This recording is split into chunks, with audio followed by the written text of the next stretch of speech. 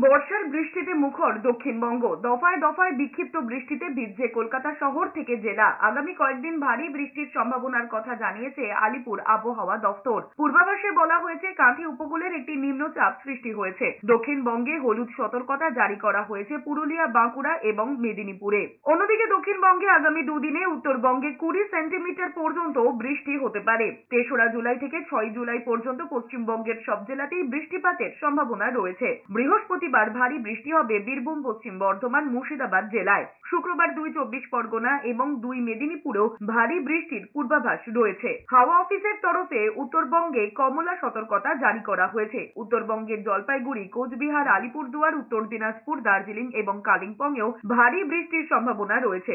ভারী থেকে অতি ভারী বৃষ্টির সতর্কতা জারি হয়েছে উত্তর দিনাজপুর এবং জলপাইগুড়িতে, দার্জিলিং এবং আলিপুরদুয়ারে। এছাড়াও উত্তরবঙ্গের অন্যান্য জেলাগুলিতে হলুদ সতর্কবার্তা দেওয়া হয়েছে।